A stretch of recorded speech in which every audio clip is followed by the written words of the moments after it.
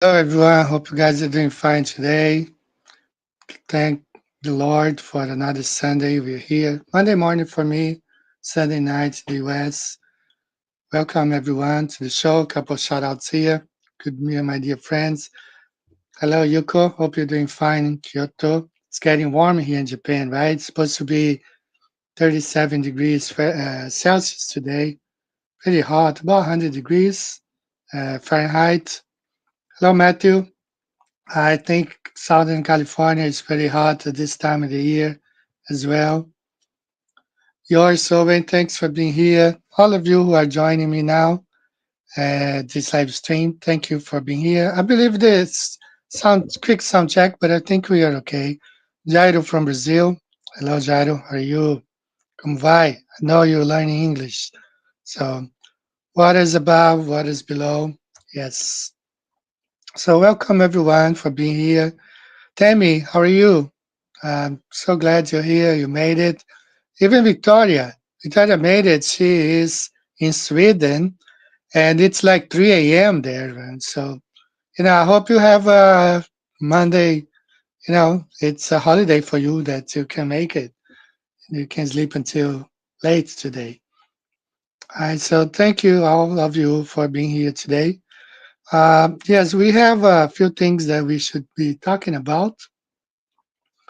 Since last live stream, I decided to put together a more concise presentation concerning things that we have been talking. First of all, I want to shout out to a couple friends and show you some other things here. So we don't know exactly what's going on as far as this alien agenda.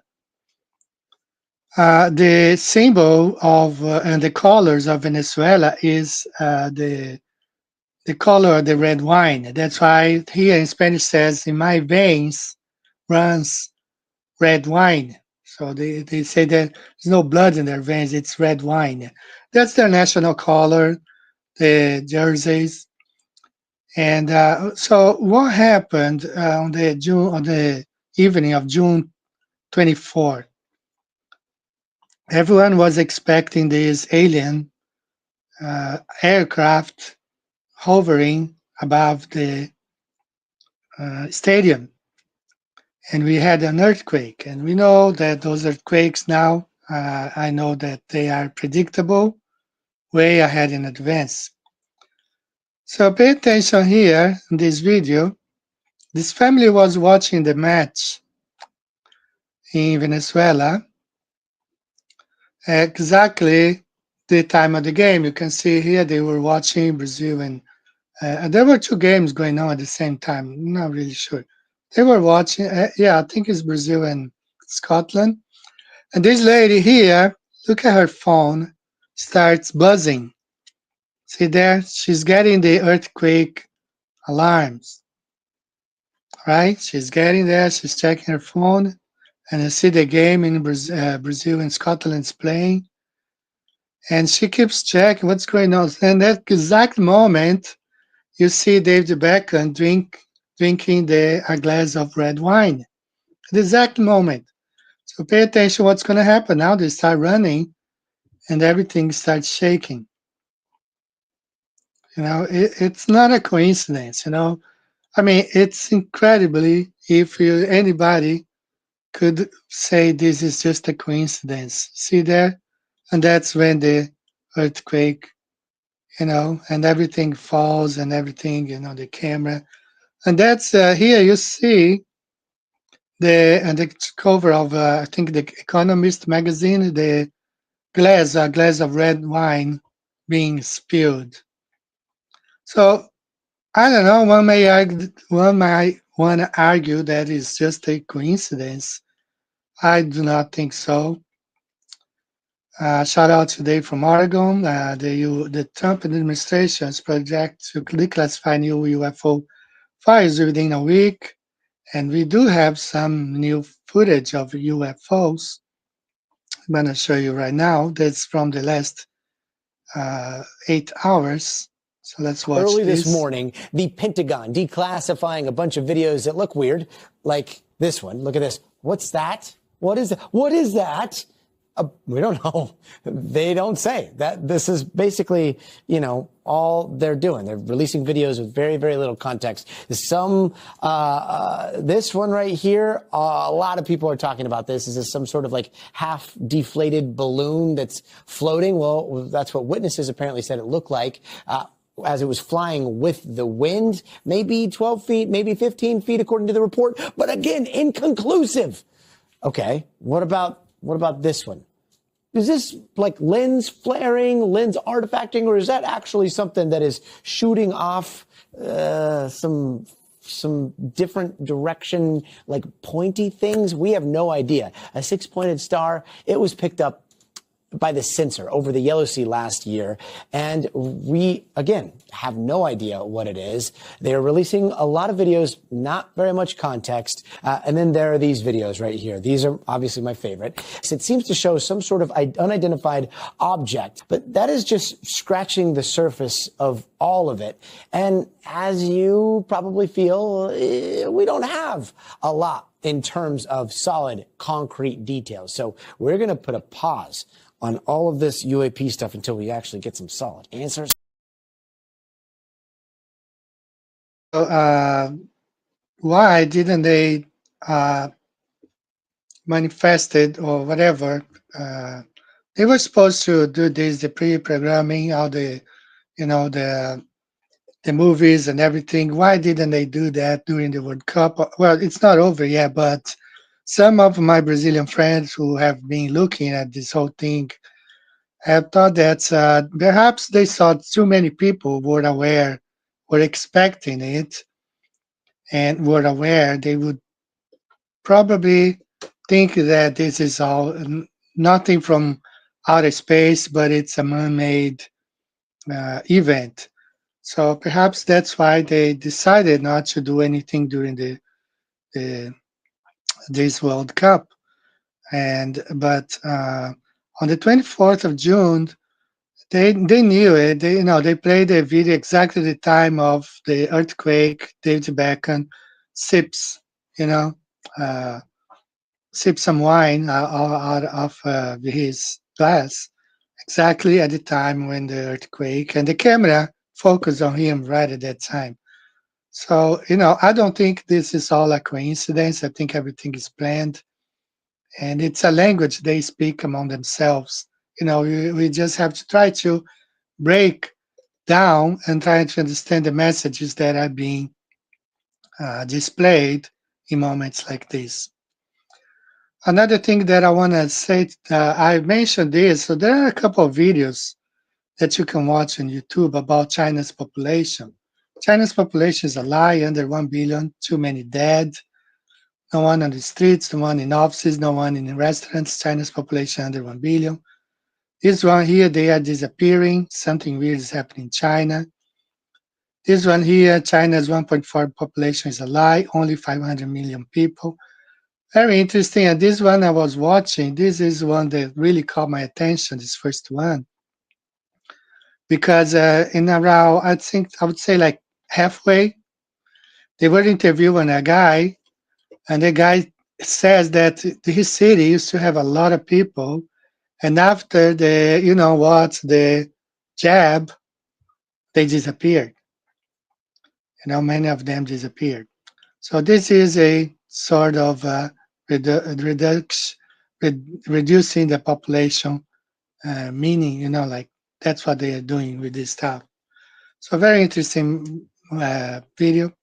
Another thing, I'm always trying to find new flat Earth videos. I ask ChatGPT for the prompt so we can bypass the censorship. So I'm always trying, and I came across this one, and this is really funny because there's a full interview, 2 hours, 24 minutes with Mr. Campanella, and he only had like 87, views. That was online for 22 hours, only 87 views, and now has like 200 views. So not even Globers like Jerry Campanella, because this is what happened when you betray. You know, if you are a betrayer, even Globers will know what kind of person you are. Like this guy here in Brazil, when he flipped, betrayed, he thought he was going to become very popular, very famous. Nobody wanted to talk to him. He went to one Glober channel, and that was it. Nobody likes a betrayer. You see the six biggest betrayers in history: Judas Iscariot, Brutus. This Benedict Arnold here, very interesting. He betrayed the American Revolution by attempting to surrender West Point to the British for personal gain. And this guy here who betrayed Norway, this one who betrayed his own ruler and people by siding with the British East India Company, leading to British control over Bengal. And of course, Mr. Jaron Campanella built a flat earth platform, gained 700 Patreon supporters, then sold out the Globe narrative. Now he disses flat earth and mocks his former supporters. So nobody likes a betrayer, and that's why nobody pays attention to this guy. So, and shout out to my friend from Austin. He was visiting the US. Now, this is me and my daughter. That was last Friday. We met in Nagoya. We stayed there the whole time in Nagoya Station. There are plenty of places to go, restaurants. I wasn't walking. He was walking. My daughter was walking. I just found a place to sit, had a coffee. But it was good to meet with him. Very nice. So let me go back here to the chat for a minute, and then we're going to start talking about what we have for today. Got a few things that I want to cover today. So, hello, DJ New Moon is in the house. Thanks for being here. Nobody goes back to the Global Snow. Of course, those guys were from the beginning. They were control position anyway. All that TFE, all that stuff. You know, Crystal is in the house. Hello, Crystal. How are you? So thank you all of you who are joining us now. Let's go ahead and get started. So for some of you flat earthers who are here today, we are supposed to look at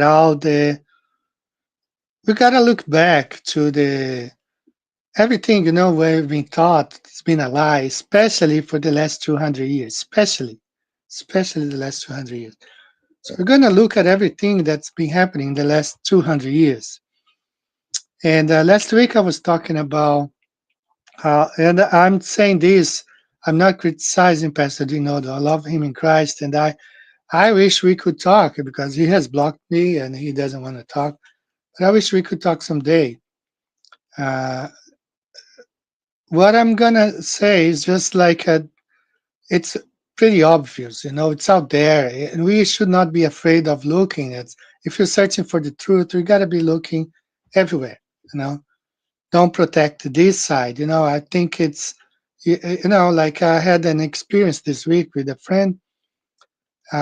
He exposes all those pastors who supports the globe or Freemasons, but when it concerns dispensationalism, there those very same pastors get protected.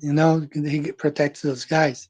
So I found that weird. Why don't you criticize or examine or research everything? Why are you protecting this? And why are you looking over? Like I found that weird. Anyway, let's go ahead and get started here. Uh, so this shout out to Dutch peasant. I took this screenshot from his one of his videos. He's showing here the Dutch Bible from 1716, which state, okay, that Satan had been released, maybe in the 1500s, a little bit over. We don't know because between 700 to 1,000 years have been added to our timeline. So we don't even know what year we are right now. But he pointed out the German Bible, the Luther Bible of 1534, also testify of the 1,000-year reign in the past. Right there, the comments of the Luther Bible. The 1,000 years began right after this book was written. For the Turks only, meaning the Bible, for the Turks only came after 1,000 years.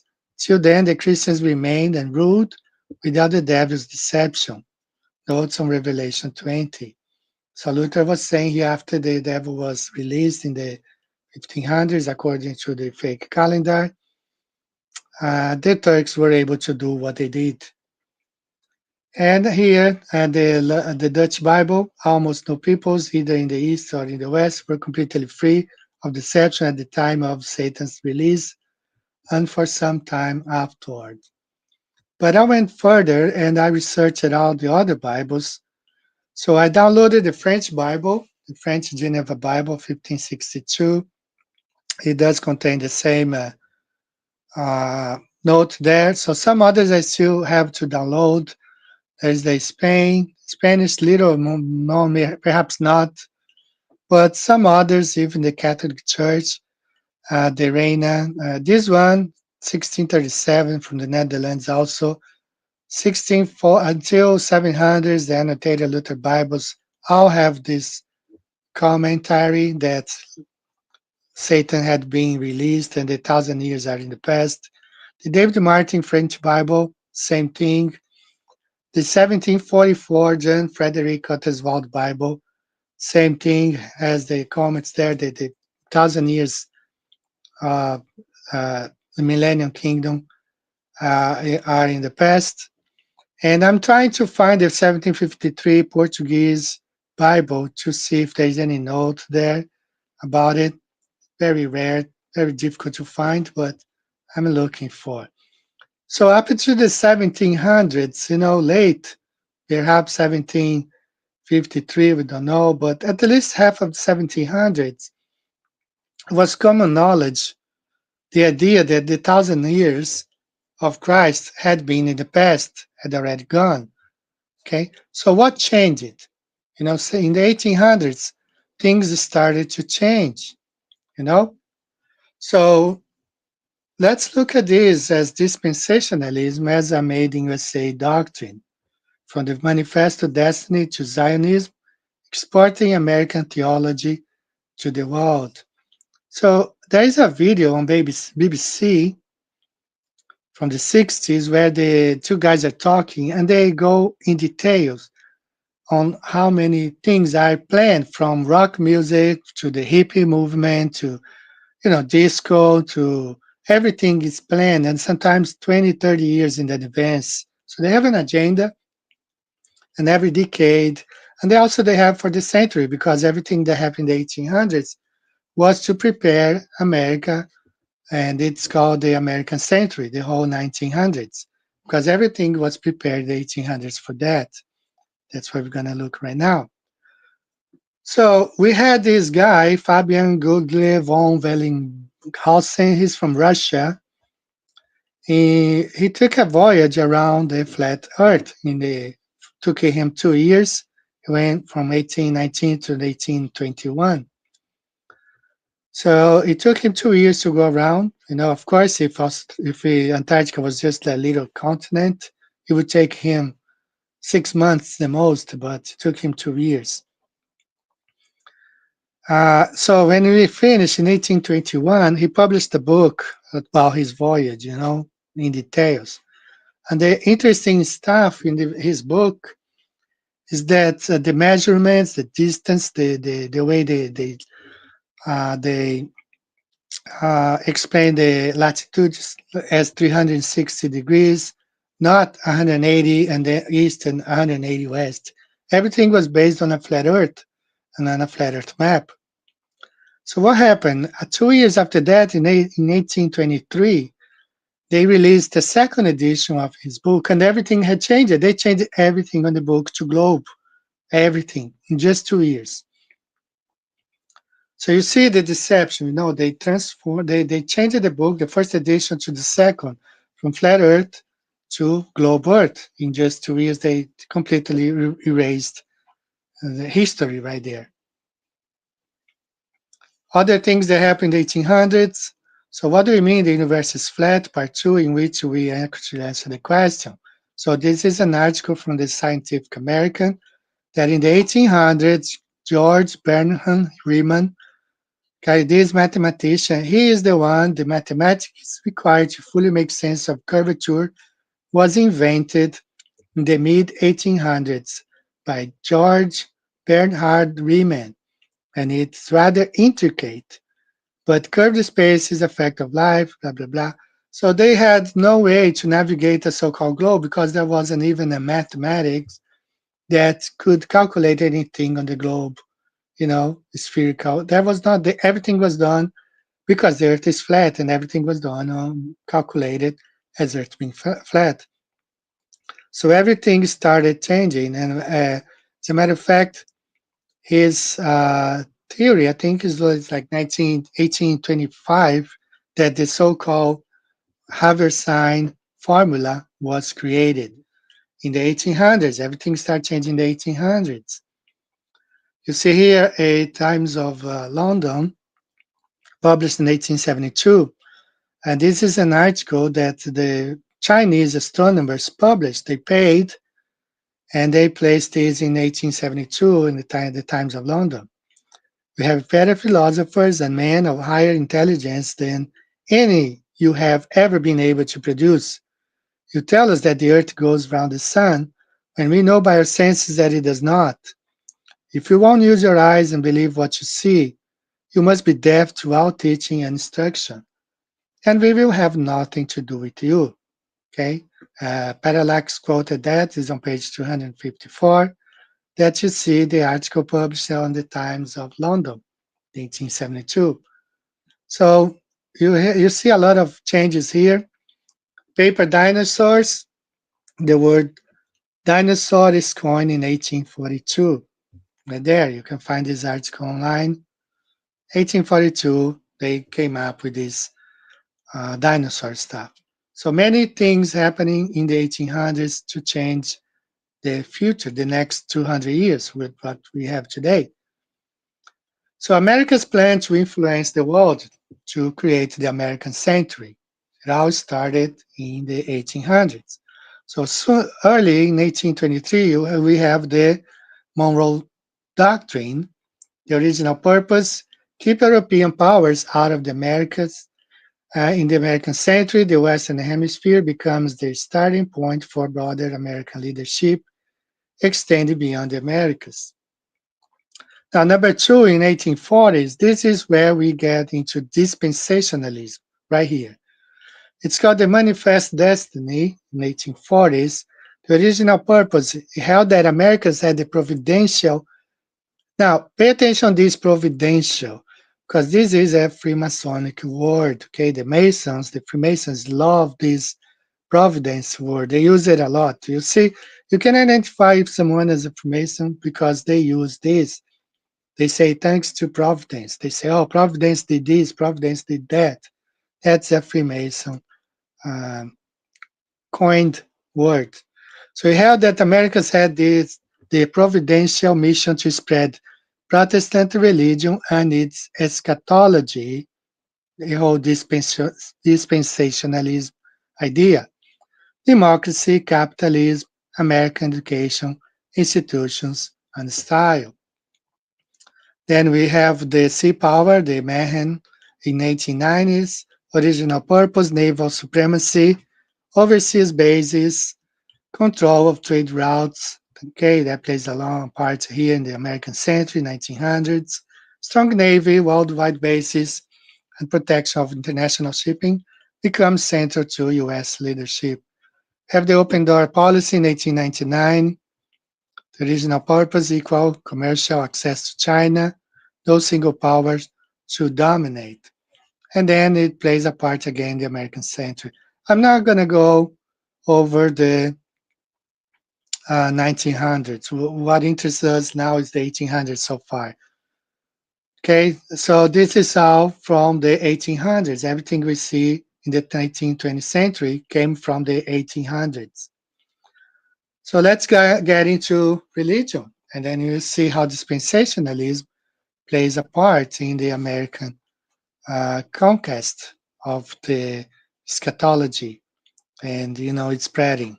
So we have the Mormonism in 1830s, founded by Joseph Smith. But here it's where it gets interesting. Dispensationalism in 1830s, developed by J. N. Darby in the 1830s, not American, but it was popularized in the US through the Schofield Bible. Key ideas: rapture, Israel, church distinction, prophetic timelines, futurist interpretation. So that's where this whole idea of dispensationalism, third temple, uh, everything came about 200 years ago in the 1830s. So we have the revivalism and the Seventh Day Adventists, everything in the 1800s. Okay, let me go back here. The design theology, Pentecostalism in the 20th century, prosperity gospel, word of faith, Christian Zionism, mega church model, contemporary worship industry, and Seventh Day Adventism. So everything came from this, the eschatology adopted from this idea. So let's see the man behind it. So we have the guy, the first great American promoter, introduced John Nelson Darby teachings to American evangelicals, organized the Niagara Bible Conference, helped establish dispensational teaching among pastors. Okay, without brooches, Darby might have remained a niche figure. So this guy, 1818, 1896, popularized and start really preaching. So it's no revelation. It's just everything was designed by design. And you have the Schofield guy made dispensationalism accessible to millions. He added the Schofield Reference Bible, simplified the Darby system, added explanatory notes, charts, and timelines, helped millions understand prophecy. So it's not that he helped, he shaped. Okay, everything was now according to his point of view or to the dispensationalist point of view. So what happened to the Bibles from the 1700s? No, stating that the 1,000 years were behind. They got rid of them and made new Bibles, new interpretation. So so you see here the manipulation of doctrines and dogmas. How everything was manipulated by these people. So what did they do? They created uh, the seminars. Started they started to uh, train, teach thousands. Look at here, this guy, Lewis Perry Shaffer. He founded the Dallas Theological Seminary, created the intellectual headquarters of modern dispensationalism, trained thousands of pastors, missionaries, and teachers who carried this teaching worldwide. But that was not in the 1900s. Actually, in the 1800s, the first four missionaries to Brazil, Protestant, they were all Freemasons to start with, and they went there in the 1800s, already spreading this dispensationalist idea. So it was basically a teaching. They manipulated the eschatology, the whole thing. They got rid of the 1700 Bibles, start editing and creating new Bibles to support this new creation. And then we can go more, like this Charles Huey, this guy here, and then all the guys who shaped J. Dwight Pentecost, Pentecostalism, all that stuff. Hal Lindsey with his late great Planet Earth, pure dispensationalism. Tim LaHaye with his Left Behind, Jerry B. Jenkins. Okay, so this is what is being taught today at church as being the absolute truth, which is not. It's a manipulated, created specifically to one purpose, to have what we have today. Uh, so basically, this is the list of them. All of them, all those guys that I've showed you right now: James B. Brooks, C.R. Scofield, Schaffer, Mulwall, Real High, Pentecost, Lindsay, LaHaye, all of them Zionists, all of them. So you have the scale is tilted towards the Zionist idea. It's not an evening. That's why they got rid of the 1700 Bibles, all the Bibles that stated that 1,000 years that was in the past, and created this whole idea of futurism, everything in the 1800s. So the Manifest Destiny, 1840s, he held that Americans had a providential mission to spread democracy, Protestant civilization, capitalism, American institutions, and Zionism. So that's where you get your 2000 years. That's why they reinterpreted Daniel 9. And please, I really wish somebody could share today's live stream to Pastor Dinodo, because he is a truth seeker. He researched NASA, he researched everything. He's got to take a look on this. He has to, because what's being taught today is not prophecy. It's just a script, and he's following the script really well. So all those missionaries that started going to, Brazil, 1800s, I told you that, most of them were Freemasons. The first ones were all Freemasons. And that's what result. You have these churches, Protestant churches, that are led by, Freemasons. There's an agenda there. And I want to show you some stuff, guys, that you're gonna freak you out. So I already displayed. This guy it's called Bisp. You know, he's an off. He came out of the Assembly of God, and he built his own church there that looks like the Solomon's Temple. So I went to his website this week. This is his website. There his church. You see the globe there burning, and he's got the same dispensationalism, scary tactics. Daniel 27, interpreting the Antichrist is coming, all that stuff that we already covered. That Daniel 9 is a prophecy about Jesus Christ, has nothing to do with the Antichrist or the third temple. But of course, he has to use that stuff, you know? So I want you to listen to this video right here. Let me see if I think I uploaded. Just check here real quick. Yeah, so I did remove this for a minute. So I did use 11 Labs to translate. This is a pastor in Brazil. He was called like teaching his fellow pastors what to do. So, pay attention to this and then we will get right back. Do you understand what I'm telling you or not? Man, it's a trick. It's something you learn to make money. People do everything out of faith. Everything because of faith, okay? They give their lives for it. They sell their lives for money. So what are you going to offer them? Money. And they're the ones who'll end up paying you, understand? It's all about promises. So here's what you're going to do. First, you build a cage. Have you ever had a bird without a cage? Why? Because you need the cage to keep it trapped. It's locked up for you. So you create a church. There are churches on every street corner, son. Go start one. Got it? Then you're worried about doctrine? Whatever you tell them, they'll believe. Throughout history, there have even been places where people were told to kill themselves.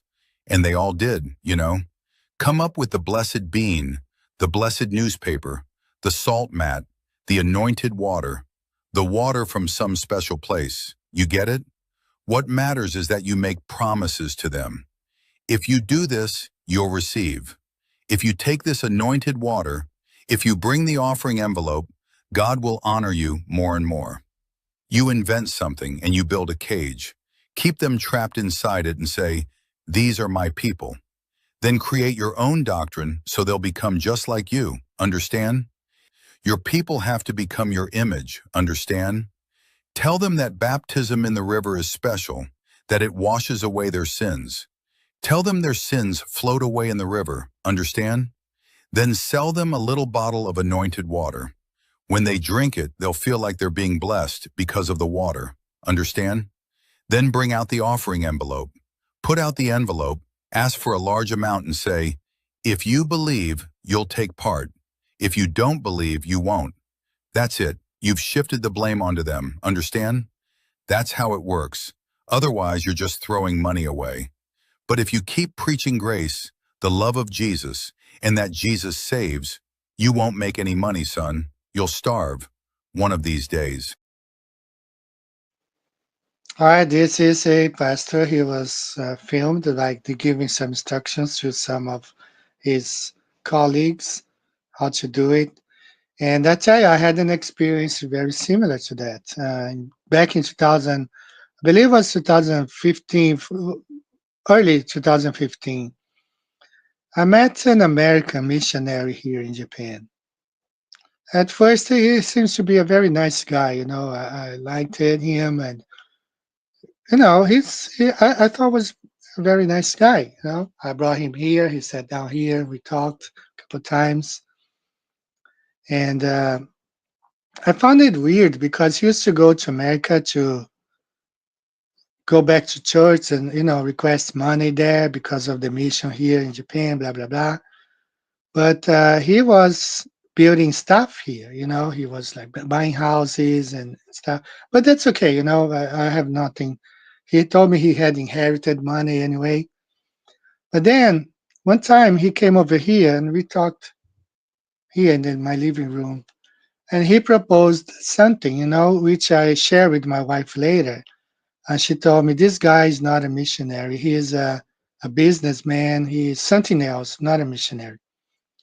So what he proposed to me was this thing. Where I live here, I have a large Brazilian community here in this region, and he doesn't speak Portuguese. So he proposed that he would, and he talked like a businessman. Okay, he would rent a place here, like some sort of building, not a big building like stories high, but like perhaps a 2 store high, construction site. And he wanted to put up a church. And he told me all the specific. He would invest 1 year in that church, uh, buy all the equipment, everything necessary. And because he doesn't speak Portuguese, I would be like his interpreter. And he wanted like 50-50. And he would say, the first year, we're going to lose money. I mean, he said he was going to invest. But from the second year, uh, by experience, he knows that on the second year, he would start making money off that church. And he proposed that we could split. And that was his proposal. He was talking to me like that. And then to meet with me, that was back 10 years ago. He wanted to talk with me specifically about this in private. And he paid me $400 at that time just to meet with me and talk about this proposal. Now, I did not charge him because I don't charge anybody. I talk to anybody, just met with somebody. But he told me, no, I want to give you this money and let's talk. So when I shared that stuff with my wife told me, don't get involved with this guy. He's not a missionary. He doesn't, he's a businessman. So I sent him a message saying, no, I'm not interested. Sorry about that, but I'm not interested. If you want to I'll give you our money back. And he got mad at me. He never wrote me back. And so a lot of those churches, and this guy, this video, you just watch it, you see how it is. And dispensationalism is a tool for them. It's a great tool for them to spread fear. You know, it's a great tool for them. And that's why there's a lot of reasons why I dropped dispensationalism like 10 years ago. And the more you look at it, and that's why some people are afraid of looking at it, they are being very defensive. Like this guy, he's defending dispensationalism like a glober defends the globe with some stock words, answers. But there's no really foundation. This whole thing, the Bible. If you read the Bible, you understand that those things are past. Chorazin is gone, the bedside is gone. The temple is destroyed. Everything is gone. The army surrounded Jerusalem. The disciples had to run to the mountains. Everything is gone. But it's important for those people to keep preaching this stuff, to keep them under a cage. I well, going back here, I'll check the chat in just a second. I just have a few more slides.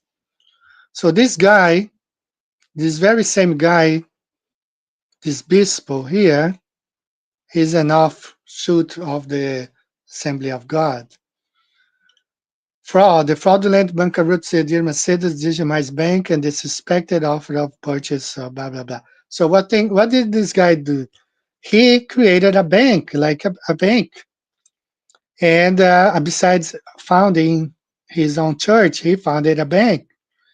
So the Brazilian government found out that out of his 50 billion, the bank is supposed to have like $50 billion. There are $8 billion that's gone missing. $8 billion of this guy's bank. Now, if you look at him, he has houses in New York. They have Ferraris, they have Lamborghinis. So, and at the same time, they spread the fear, of dispensationalism. And this is a video. These all these pastors here. I pledging allegiance to him. And guess what? They are all from the Assembly of God. They are pledging allegiance. There was a service there where they pledged allegiance and honor him, you know. So it's all disgusting, guys. It's all disgusting. And all originated in the 1800s out of these guys here. And when they decided to spread dispensationalism, especially in Latin America and Africa, to have American influence over them. So that's how I see it. And I know some people said sometimes, like last week, there was a guy here, he was cussing me out. And, but if you are in America, you're probably proud. Oh, but it's not like that. You try to look at this as something that has nothing to do with religion, but power and influence, and especially Zionism. It shaped what we have today. You know. Thank you, brother. So I don't know if you guys try to understand what I'm trying to say. Okay, I really don't know if you understand, but this whole dispensationalism, third temple, and and I feel sad because Pastor uh, Dinaldo does not want his followers, his members of his church, to look at the little season. I played this video last week. Perhaps I should play it today. And let's take a listen again. Let me just tell you right now, that whole we're in the little season, no, we're not. You're being deceived and lied to and manipulated. And anything YouTube's pushing and not censoring, I can tell you right now, it's a lie. And it's pushing that little season lie. We ain't even close. We haven't had the 1,000-year millennial reign of Jesus on the earth. We haven't had the second coming of Jesus. All of that is a demonic, satanic deception. Those days will come. I know some of you looking at me funny. If you get into false doctrine, contrary to what you've been taught, and you start causing division, I don't even have to consult anybody. I can set your butt right out the door and shoo you right along. Not going to have it. Say, Pastor Dean, that sounds mean. It's Bible. Romans 16. Mark those that cause divisions, offenses, contrary to the doctrine you've learned. Mark them, and it says avoid them. How can you avoid them if you let them stay? So I'm not even going to play the whole thing. So what happened to all the Christians who believed, the ones who wrote about it, the Bible translators, Martin Luther, all the King James translators? What happened to all those people who believed, not only believed, they stated, no, we are, the 1,000 years have passed. Everything happened 50 years after Jesus died on the cross. Within 50 years, everything had been fulfilled. So is dispensationalism really the beginning, or it's the very last? It's the new kid on the block? Okay. So when you go again, it's very tricky. You know what Pastor Dinado is doing there, and his lack of research. And I'm saying this with brotherly love. You know, I'm not criticizing him like throwing him under the bus. I'm saying this with brotherly love. He has not looked. He has not tested dispensationalism. He thinks it's. I don't even know what he thinks it is. But dispensationalism is the new kid on the block. It's a made for political agenda doctrine. Entire thing, 1800s, when Zionism started to flourish, that's when they started to promote this whole idea of, third table, the 2,000 years gap and everything. I mean, he has to look at that, and he should not cage it, his the members of his church into, oh, you either believe what he teaches or get out of the church. You know, that's bad. You should not do that. We are encouraged to research everything. It's just like the guys who say, oh, you should not research the jab. You just have to take it. Don't research it. Don't look at it. Because he is doing the same thing. So I asked him to open his mind and encourage people. Well, let's look at that. Let's look at the reasons. Why were they spreading dispensationalism in Latin America and Africa? Why this American dominance over eschatology? Why everything is Dallas seminar or other seminars in the US? I mean, everything has to be looked at. This has nothing to do with faith or Christianity, everything to do with manipulation, right? I really ask, if, I don't know, if somebody can talk to him because he has blocked me, but perhaps he should look at what he's been teaching and put it to the test. I have put it to the test, and I don't see any logic. There's no 2,000 years gap there in Daniel, you know. So everything is a house of cards. If you start looking, everything falls down, and then you have somebody who has been preaching about eschatology, and that's another thing, One of his sermons that I was watching, he was saying, "Oh, I learned this in seminar 30 years ago." Well, what did I just say to you? 30 years ago, when I had my master's degree, I learned that earthquakes are not predictable. As a matter of fact, after the Venezuela earthquake, I watched a couple of normies talking about experts, and they were saying, no, earthquakes are not predictable, but they are. And everything has to do with the alignment of the wandering stars, has nothing to do with the activity in the center of the earth. And so 30 years ago, I was taught the wrong thing. So just because he went to seminar 30 years ago, it doesn't mean that he wasn't taught the wrong thing. No, they were teaching this since the early 1800s, 1823, 1830s and 40s. They were already teaching this, false doctrine, which I call a false doctrine.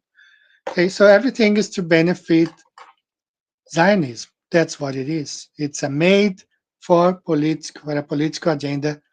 Eschatology started in the 1800s. Yeah, it wasn't created in the US, it was popularized in the US. Just like cars, the Europeans came up with the concepts first, but Ford mass produced it and exported to the world. Same thing, dispensationalism. It's an idea they uh, started teaching the seminars, creating thousands and thousands of missionaries, and send them, exporting them to Latin America, Africa, and all over the world. Okay, it's a man-made, manipulated doctrine. So I hope I've been trying to be clear enough. I know sometimes I have one or two people who don't want to listen. They just think like, no, it's they see it as a supreme revelation, which is not. So I want to move. I want to play our first song for today. And as we were talking about the World Cup, We don't know what's going on there. If they're gonna do any alien, I don't know. They might have changed their plans, as some of my Brazilian friends are saying. But one thing is very clear: they have an agenda. And any game that you see that's being corrupted, there's no glory in winning when you are corrupted and you're cheating your way to the top. There's no glory into that.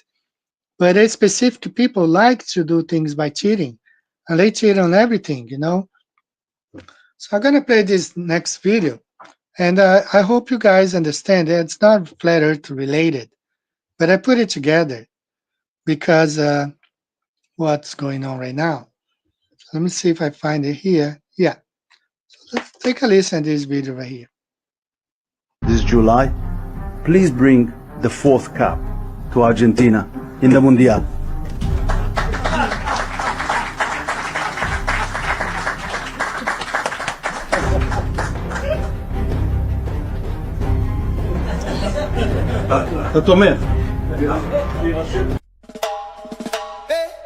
Shame on you. Shame on you. FIFA. The FIFA Federation of the World Cup has fallen. Its true representation is gone. They became servants to power and pride, while the people were pushed aside. Ticket prices keep climbing higher. Only millionaires can afford the fire. Shame on you. FIFA. Shame on you. FIFA. Shame on you. FIFA. Mr. Omar Artan is an icon, a proud and honorable voice of Africa, a true representation of the continent. A symbol of dignity and strength. Trump does not know yesterday or today, and we condemn this without delay. Free FIFA from its chains of shame. Gianni Infantino resigning name. African teams, we ask you to return. We will speak it loud and clear. This is humiliation to Africans, a scandal against FIFA, an insult to justice, a dark scar on the modern world. We must stand for what is right and reject what is wrong. Let us vote and free Mr. Omar. Let truth make us strong. Hello, Somalis, do you hear me? It is broad daylight. What is happening to you? Why do you not stand together? Open your eyes and rise as one. Yes, we can become who we were before, and even stronger than before. Tusa iskutir sada, habakina takta dadan, tagera waligine. My name is Adam Shimbiroles, and this is my message.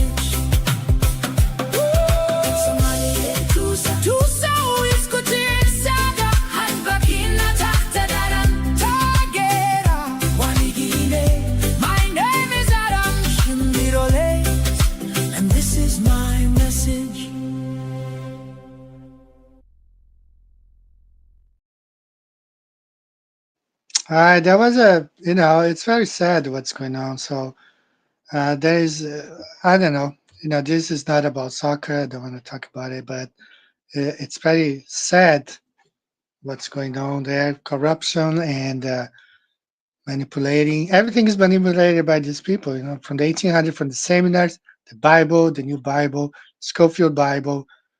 They own, it's sad because this friend of mine who tried to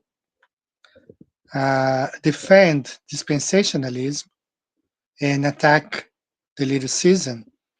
He showed a picture of a current map of the Middle East with the cities there.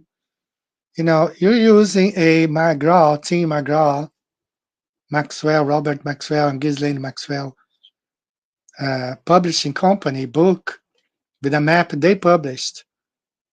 and to say that the cities and the places are the way it is today. When we look at the old maps, the Urbano Monte map, and we see that that region, Gog Magog, it's all surrounding the North Pole. Has nothing to do with that region where it is right now. So everything is being manipulated. And if you don't see, and especially when you defend the whole scatology based on fake maps, and false maps. Rivers have been changed. They changed the name of 1,000 rivers or 2,000 rivers, regions, countries. Everything is being manipulated and has been since the 1800s. And it seems like many truthers that I would be more critical and would look at this stuff sometimes cover their eyes. They don't want to see. And I was really surprised to know, like, you don't want to see this. All right, so not much going on in the chat here, but I hope you guys are following me and trying to understand what I'm trying to say here. I've got a few more things that I want to say. Uh, this is concerning. Let me share my screen. This whole messy stuff, and then we see how they really worship their goat. You know, that's the goats meet the goat. He's not the greater. They cheat to favor him, but you see that, and he has, I think, the goat also tattoo on his body. And look at this lady here. Look at her necklace right there. See there? So these are the people who owns the publishing company. She's a Rothschild. She's one of them. So these are the people who owns the Bible companies today. The Brazilian Society, I think it's a Brazilian Biblical Society, which is supposed to be non-denominational and publishes the Bible. And they are Freemasons, are run by Freemasons. So what can you get? You get from everywhere. You get corrupted, from sports to church. You get all corrupted leaders, corrupted pastors, corrupted leaders. That's all you get. So it's very heartbreaking for me to see when I see some truthers, flat earthers that I consider that should be looking at all every detail, but they're still caged. They're still in this cage. Their mind is still like, well, and I don't know. All right, so let me go here. I've got a few more things that I want to talk about it. I want to illustrate to you how the whole sun. It's very easy to understand. So I always explain this to students of mine here when we're talking. So I decided to create these slides. So here in Japan, we have those kind of kerosene heaters. And when I used to teach in a room there, it was a big room, bigger than this here. And there were two heaters, but just one that heated really well. And we used to bring closer to us. And we were warm. We could have our class because that heater was there. But if you went to the other side of the room, it would freeze because that heater is local, was heating just the red region right there. And if we moved to the other side, that person would get warm and this person would freeze because the heater was not enough to heat the whole room. So this is what happens with the sun. When the sun is in around Antarctica, Tropic of Cancer, that's why it's warm over there, but cold here in the north. We are freezing because we have a local sun. A 93 million miles away sun would not have make this difference in just 3,000 miles. If you fly, for example, from Georgia in the winter time, very cold, just to the equator, 3,000 miles south. It's so warm over there, shirtless. You go shirtless. So this is the sun right here. When the sun is in the south, it's cold here in the north. When the sun is approaching, is at the north, it's winter time in the south. So pretty easy to understand, and I use this idea when I explain to my students. So I decided to create these two slideshows that makes it even easier to explain that we have a local sun, and when the sun is here in the north, it's cold in the south. When the sun is moved to the south, it's hot over there and it's cold over here. So let's say this is north, this is south, summertime in the south, wintertime in the north. When the sun comes to the north, it's wintertime in the south. All right. So let me see here. I think we're good. We're doing, still got time for a couple more slides here that I want to present. Let me exit this for a minute.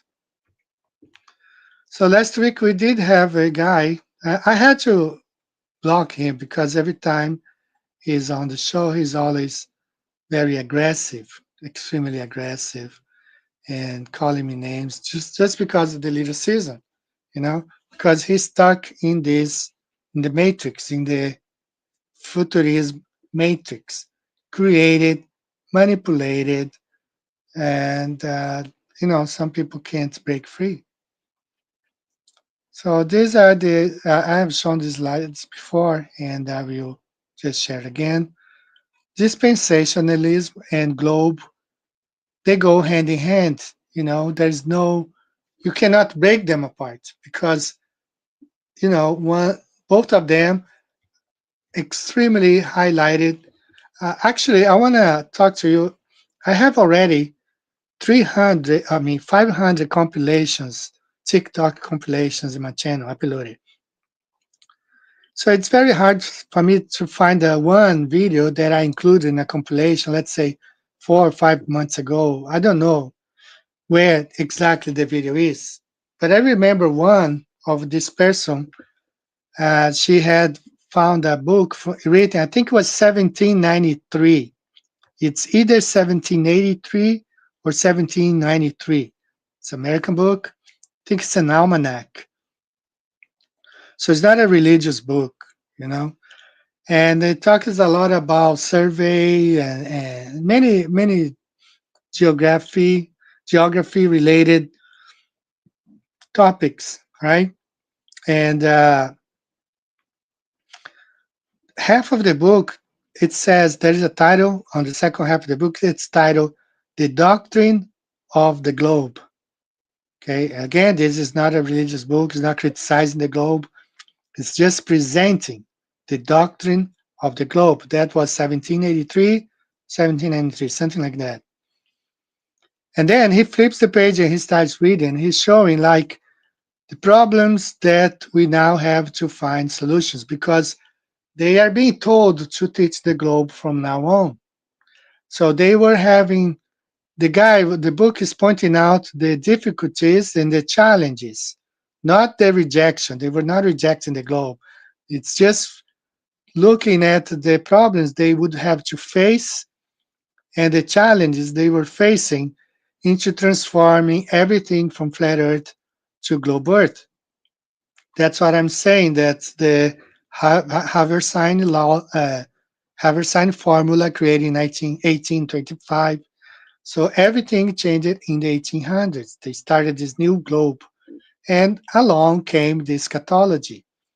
So it's very difficult to separate eschatology, dispensationalism, third temple, 70 weeks of Daniel prophecy, Antichrist, from the globe. Because the ones who preach the one preach the other. The ones who defend the one defended the other. You know? So I hope my friends who are flat earthers will look at dispensationalism with a grain of salt. It's like, wait a minute, is this really, was this being taught by the apostle, by the whole church for If you go by the fake calendar until the 1800s, no, it was not. It was only after the 1800s, right? So it's very important that if you are a flat earther, you need to look at this. You cannot swallow this dispensationalism doctrine lie because it's a construct. It's been a construct in the 1800s as a Zionist tool to have what we have today. That's why we have corruption in FIFA, because these people have been corrupting the Bible, the seminars, the pastors for the past 200 years, way longer than that, of course, but openly since the 1800s. I'm going to play another song right now, second song of the day. I want to play that North Pole song where everything is centered.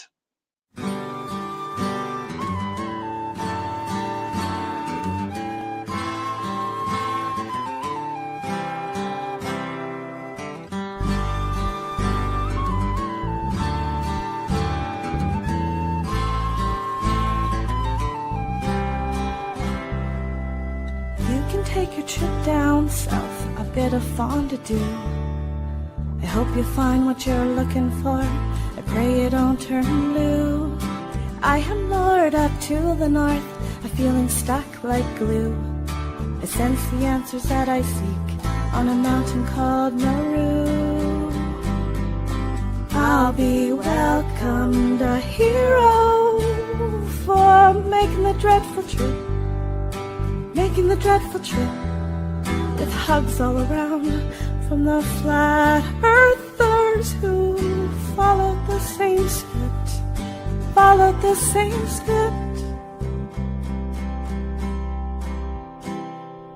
I feel I could trek with compass in my hand, keep my sights on the needle north, wind up in a far-off land, become a bold explorer, traversing sea and land, perhaps a little pirate-like, with a cutlass in each hand. I'll be welcomed a hero for making the dreadful trip, making the dreadful trip, with hugs all around from the flat earthers who followed the same script, followed the same script. I know this sounds like a pipe dream. Maybe I've lost my grip. Maybe this is a call to someone with a ship. Perhaps it's just a shout out to all the dreamers.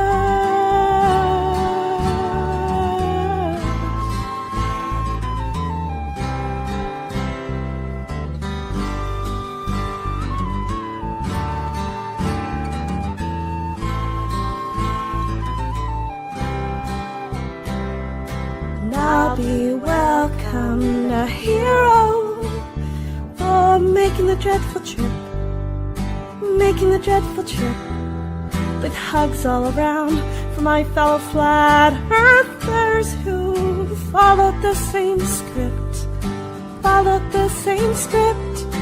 I'll be welcomed a hero for making the dreadful trip, for making the dreadful trip, with hugs all around from fellow flat earthers who followed the same script, followed the same script.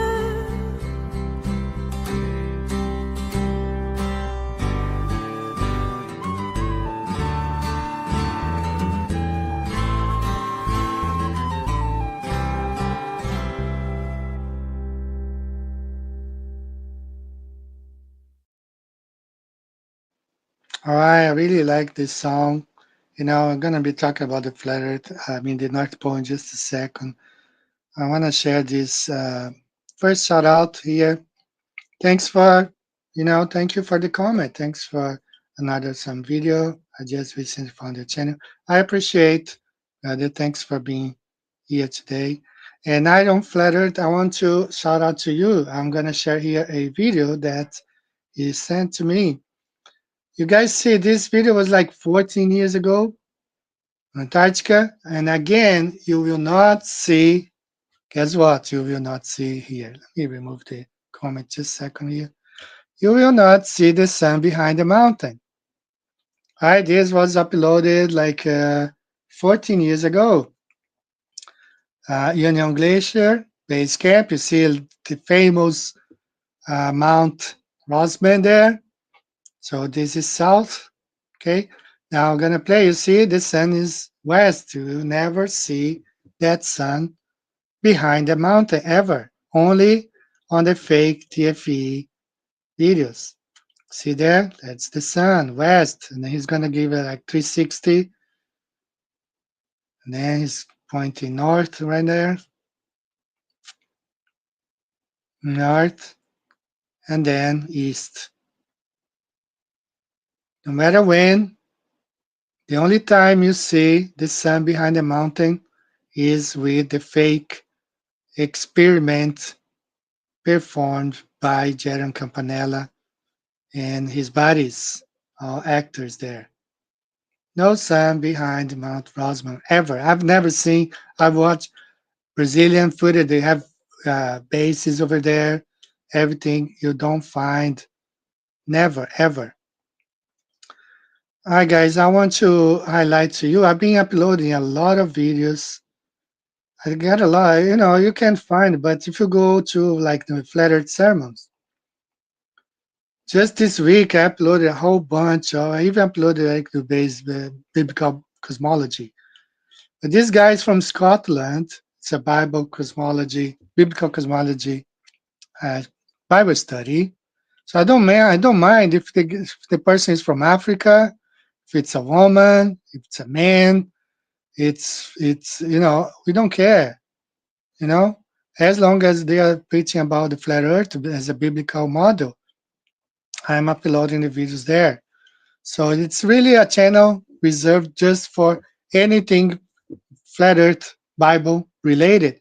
I upload that. I do give the credits when I can because sometimes those I find those videos like in Daily Motion or websites that don't have a link to the original. But if you have a link to the original, I always link there, like this person. So check out Flat Earth Sermons. All right, I'm always uploading. I'm gonna upload this week. I have 2 or 3 more. I sometimes make them available. I mean, public all at the same time. You know, I just want to get them out there. Good Bible studies about flat Earth. You know, um, my channel here. I also have uploaded a couple interesting videos recently. This is the rate of descent of an aircraft proves flat Earth. Now, this is video. It was a radio interview. They interviewed the guy. He's the son of David Icke. His name is Jamie Icke. And he's working on a documentary for September. And he's a flat earther. You know, he didn't want to say, but he ended up spilling the beans. Right here is this rate of descent. So he's working a documentary for the September. Only bad thing about it, it's like he interviewed David Wise, and David Wise is control opposition. You know, he's gonna, I don't know, but it might be worth watching. And, share and, I'm always trying to at least every time a video hit reaches 1,000, I make another one public. Because I know I don't get a lot of views anyway. The channel is shadow banned. But at least 1,000, wait until 1,000, then for example, I have a very good one coming up. As soon as this one here hits 1,000, I will make it another one public. If you do want to support this channel, you're welcome. This is the links that you can go. It's not required. It's only appreciated. Okay, I have a online store. You can get the t-shirts now. Rick Hinkley, shout out to you. It has a Crisis King design there. Maps, like the Gleason's map that I have right here. If you want to become a Patreon, you know, 10 years here, 10 years, exactly 10 years online activity. I have just crossed the to a dozen patrons, like, 14, 15 patrons right now. So I was never really after that stuff, always gave a lot of my own resources into this.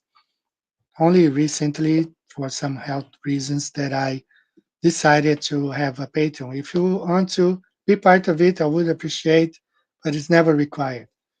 All my videos are here. You can download, you can share, upload to your platforms. As a matter of fact, I do ask you to upload to your platforms because mine is so shadow banned. Maybe yours is not as shadow banned as mine.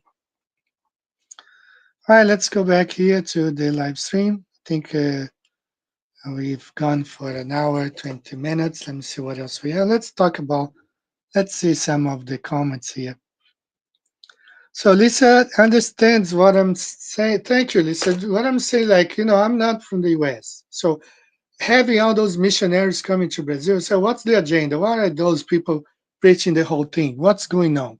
Why are these guys willing to make everyone here to believe what they want, what they are believing? And I have to question because I see what's going on, especially when I found out, and that's documented. You can find this online. Many of those missionaries were not even missionaries; they were CIA agents. They were government agents. They were whatever, military agents, and they go to seminars and they get all this degree, but they are not what they seem to be. So I'm skeptical. I'm skeptical on everything, especially in the last 200 years, all those doctrines being pushed. I don't want to. I have to take a close look, and that's why I really, yeah, I wish Leonardo would get the facts, and I really wish it too. I wish he was more open-minded and say, okay, let me take a look at this. If you start by the prophecy, Daniel 9:20, Daniel chapter 9, there is no 2,000 years gap there, period. He should see it. He's smart. He dug into NASA's documents, U.S. military, Air Force. He wrote a book about it, but he turns a blind eye over something like this. I mean, it's disappointing. How can I not believe that he has an agenda like a Zionist agenda? And I understand because he wants to be elected, he wants to get into politics. So we all know if you don't support certain nation, it's very hard for you to get elected. So maybe he has the eyes on being elected. He's turning a blind eye to the other things, you know. So it's really like you have to self-examine yourself. Say, okay, so what am I doing here? What are my goals? What are my purpose? Am I here to spread the truth, or do I have an agenda? I want to get elected? I want to be a governor. So you have a lot of things that you need to look at, and you got to be completely free from these uh, scatological thoughts, and look at the facts. Let me show about. I want to show about this North Pole. I heard a short video from uh, JT. JT sometimes, he also doesn't look at, for example, Charlie Kirk stuff. He thinks it's real. So I don't understand. I don't totally agree with him. But he was saying, look at Psalms. Psalms, David talked about a temple, but the temple had not been built yet. And I did look, and that's right, because Solomon, his son, was the one who built the temple. So what temple was David talking about when he says the sides of the north, the mount of the north, the mountain of the Lord on the sides of the north? It's talking about the heavenly temple, the temple in the New Jerusalem that descended on earth at the North Pole for 1,000 years. So Psalm 5:7, but as for me, I will come into thy house, and in thy fear will I worship toward thy holy temple. So it couldn't be the temple in Jerusalem because the temple was not even built yet. Psalm 11:4, the Lord is in his holy temple. Again, it was the heavenly temple, not the temple in Jerusalem. So that's the temple Jesus will is setting upon. It's not the temple in Jerusalem, the old Jerusalem, Middle East one. Psalm 18:6, he heard my voice out of his temple. Psalm 27:4, to inquire in his temple. Psalm 29:9, and in his temple doth everyone speak of his glory. Psalm 48:9, we have thought of thy loveliness in the midst of thy temple. Psalm 65:4, we shall be satisfied with the goodness of thy house, even of thy holy temple. And Psalm 79:1, they have defiled thy holy temple. Psalm 138:2, I will worship toward thy holy temple. So many things which are the house of the Lord and many sanctuary, you know, until I went into the sanctuary of God, thy way of God is in the sanctuary. So we know this is the heavenly temple in the New Jerusalem, the one that was, or it is, we don't know, we don't have access, at the North Pole.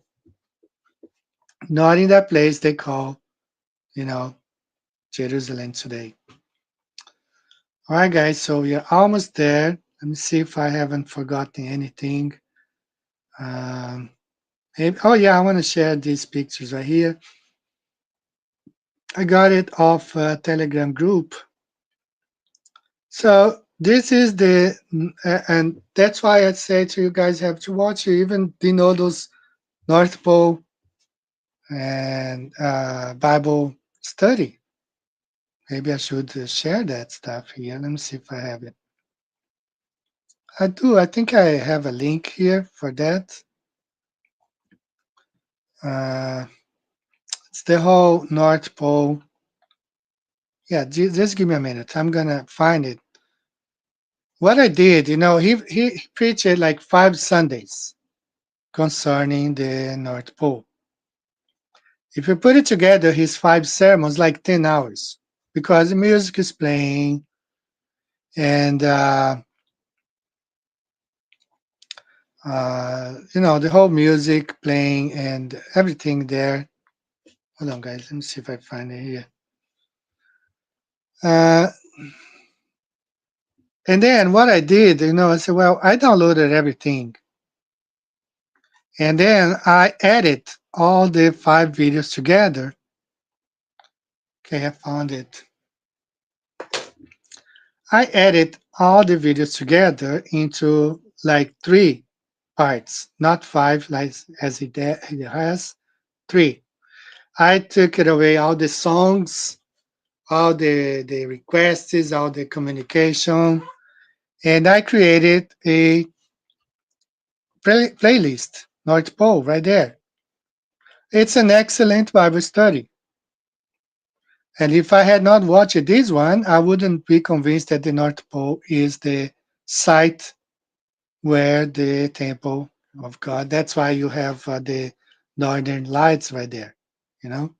So I'm gonna share with you if you have time this week. It's 3 parts. Part 1 here, part 2, part 3. I'm gonna share the whole playlist.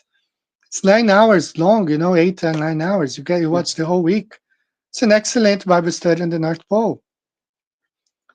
And because of that, I was convinced, yeah, the North Pole is where the temple, it's the holy mountain of God, not that place in the Middle East. Has nothing to do. So there's the playlist right there if you want to watch. And it's an excellent, maybe Dino should watch again his own Bible study and realize that the place in Jerusalem has nothing to do and the 1,000 years reign of Christ is in the past.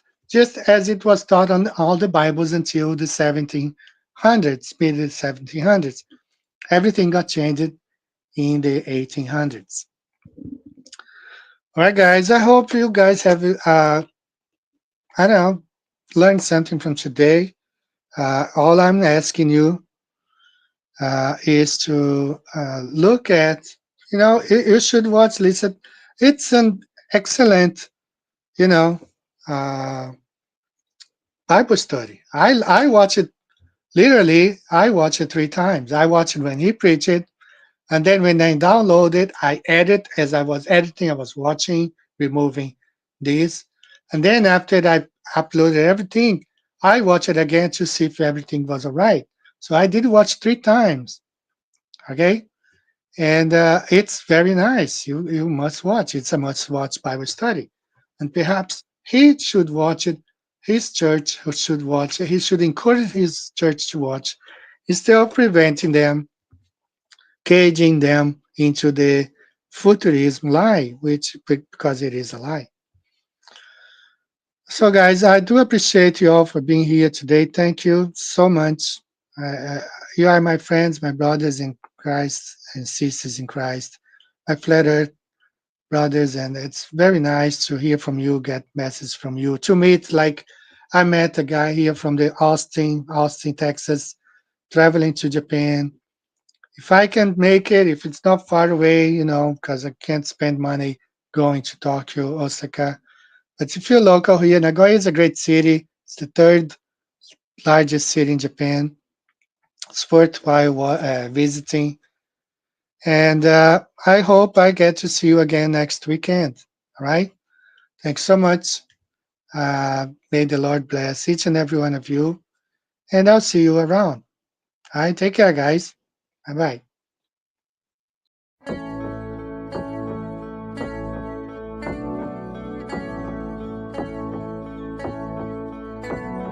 Wonderful, magical, celestial light, fantastical, mystical, wonderful sight. Belgian Swiss physicist Auguste Piccard, 1931, first to reach for the stars, was the first to explore the air view stratospherius, a scientist curious to see what was there.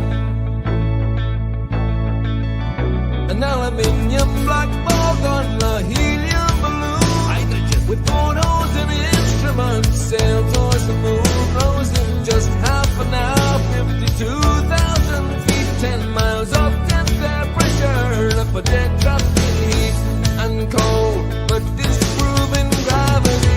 Wonderful, mystical, beautiful sight, flat line separation of black from blue light, a world run by deceivers, false make-believers, hiding in shadows, stealing our light.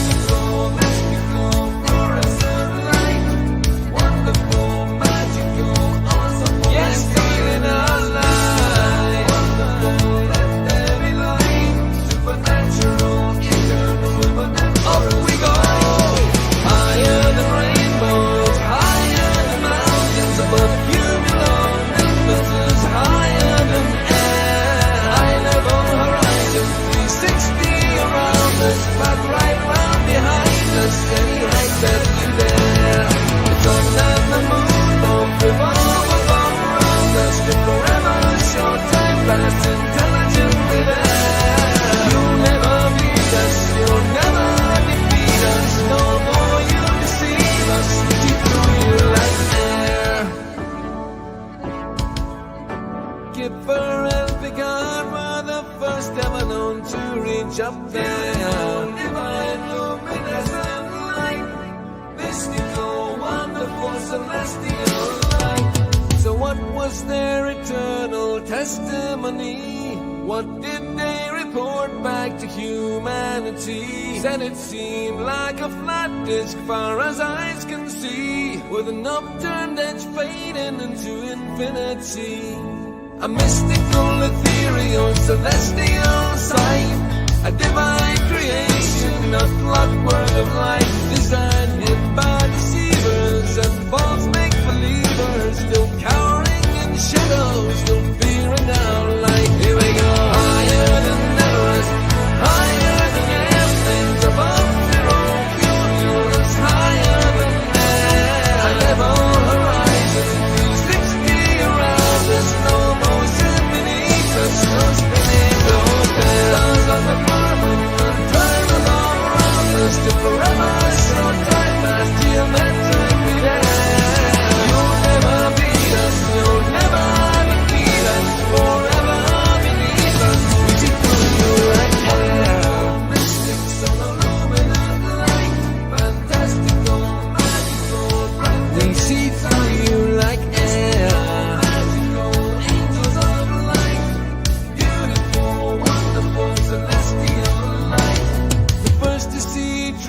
when they reach for the stars. Explorers and physicists, Kipper and Picard.